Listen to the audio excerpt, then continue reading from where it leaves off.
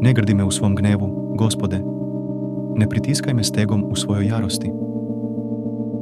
Smiluj mi se, Gospode, jer sam iznemogao. Izleči me, Gospode, jer mi se kosti tresu od straha. Duša mi se silno trese od straha. Dokle ćeš tako, Gospode? Vrati se, Gospode, dušu mi izbavi.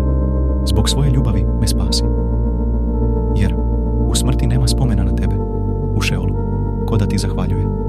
Ize mog odjecanja. Svu noć postelju plačem zalivam, svoj ležaj suzama natapam.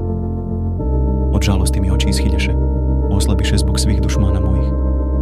Daleko od mene, svi koji činite nepravdu, jer Gospod je čuo moj plač.